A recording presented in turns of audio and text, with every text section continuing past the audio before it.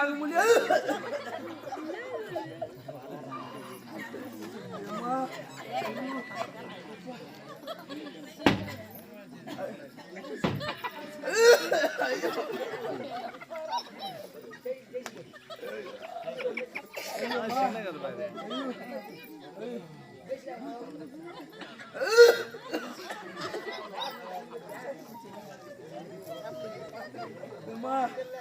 வலி தாங்க முடியே.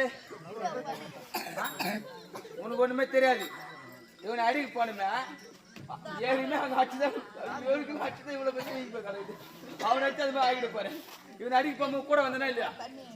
நீ ஒண்ணு அங்க ஒரு கல்லு இருந்தது, அந்த கல்லை தாண்டி நீ போயிட்ட. என்னை தாண்டி தோட்டு அந்த கல்லை தடுத்து எவனா மாடு கட்டுறாலும் கம்மி நட்டு வச்சுக்கிறான் போய். அதுல போய் ஒரு சொரு சொரு இவ்வளவு பேசி வீங்க போச்சு. எஜமா இதை வச்சிருவா என்ன பாத்துக்க? ஐயோ வலி தாங்க முடியல. அதுக்கு ஒரு 5000 குத்தனா ஆபரேஷன் பண்றேன். ஆபரேஷன் பண்றதுக்கு அப்படியே இருந்தா என்ன? ஐயோ இது வச்சு ஒண்ணுமே பண்ண முடியல எஜமா. எஜமா இது கொடுமையா கேக்குறேன் எஜமா. பாத்ரூம் போய் உக்காந்தா எனக்கு முன்ன இது போய் உக்காந்துக்குது.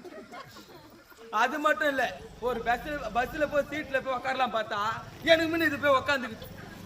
உக்காந்து நின்று வந்தா பொம்லாடி டிங்கு டிங்கு போயிடுக்குது. ஐயோ அசிங்கமா கேக்குறாங்க எஜமா. 5000 ஆபரேஷன் பண்றதுக்கு அங்க எதனா கோயில் இருக்காடு இருக்கும், அங்க போய் நின்று கறி அப்படி கறி அறுத்து போடுவாங்க. ஐயோ அறுத்து போடுவாங்க. நீங்க 2 பேரும் வாங்கி வந்து சூப் வச்சு குடிங்க.